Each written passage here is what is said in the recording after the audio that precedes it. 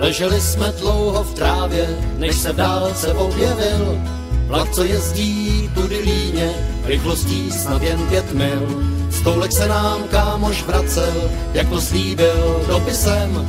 Každej z nás už léta myslel, že se po něm slehla zem.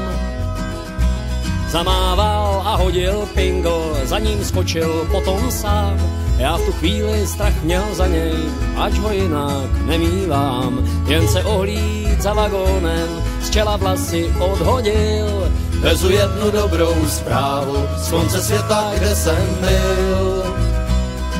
Kousek štěstí já, tolik jsem si přál, že je ve zlatě, já si pro klatě donedávna myslíval.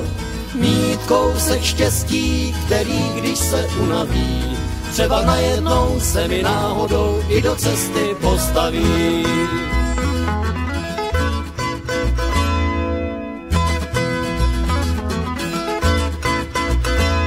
Jako blázen můžeš kopat, hory hlíny převrátit, třeba stovky tisíc lopat, ale zlato nenajít.